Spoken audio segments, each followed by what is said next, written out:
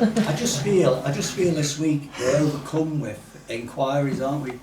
We've had now 70 inquiries since 1990 at a cost of about £300 million, and between them they've brought in 2,500, just over 2,500 recommendations.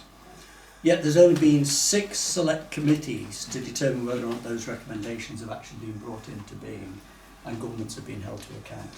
So work that out for yourselves. And of course we've got some ongoing still. Grenfell was due out some months ago. It's been held back now because of the election.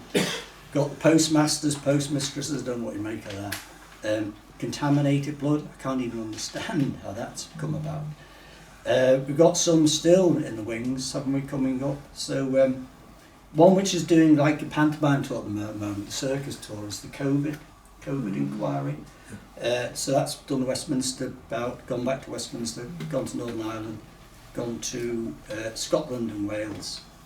And I'm always interested, because my background is in law, so I'm always interested in the answers people give in cross-examination. I think some of them are wonderful, aren't they? Some no, I wasn't at that meeting, and then they produced the minutes of the meeting, and I don't remember being there. And the one I particularly like, which I'm going to use one day, is that doesn't sound like something I'd say. So this could be seen as quite a miserable poem. Hang on a minute, that doesn't sound like something I'd say. But this basically is my salute to the families fighting for justice, the COVID bereaved families.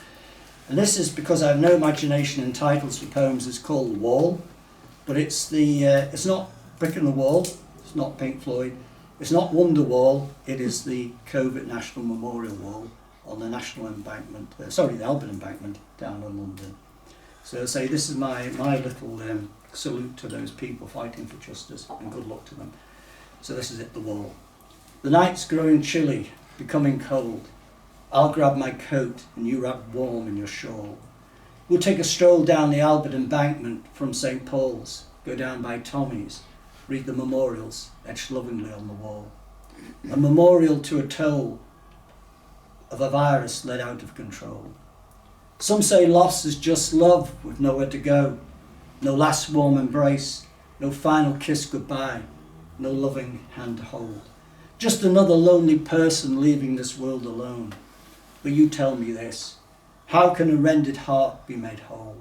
How can an inconsolable soul be consoled?